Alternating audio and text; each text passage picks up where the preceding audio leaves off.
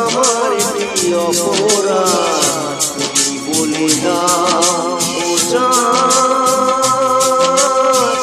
আমার কি অপরাধ তুমি বলে দাও। চাইনি তবু কেন তুমি কাছে